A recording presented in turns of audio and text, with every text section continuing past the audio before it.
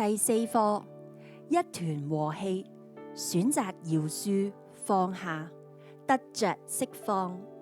第2天，詩篇37章37節，你要細察那完全人，觀看那正直人，因為和平人有好結局。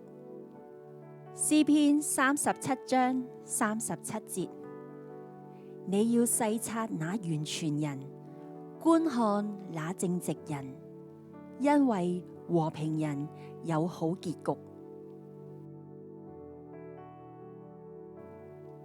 親愛的主耶穌，我承認自己容易有負面思想，求你幫助我，心中常常平靜安穩，不輕易發怒，多留意別人美好的生命，跟人有美好的關係，領受更多祝福。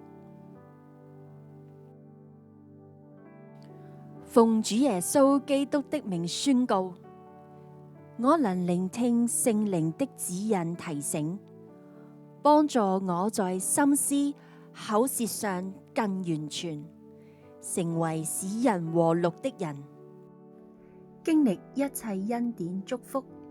阿門。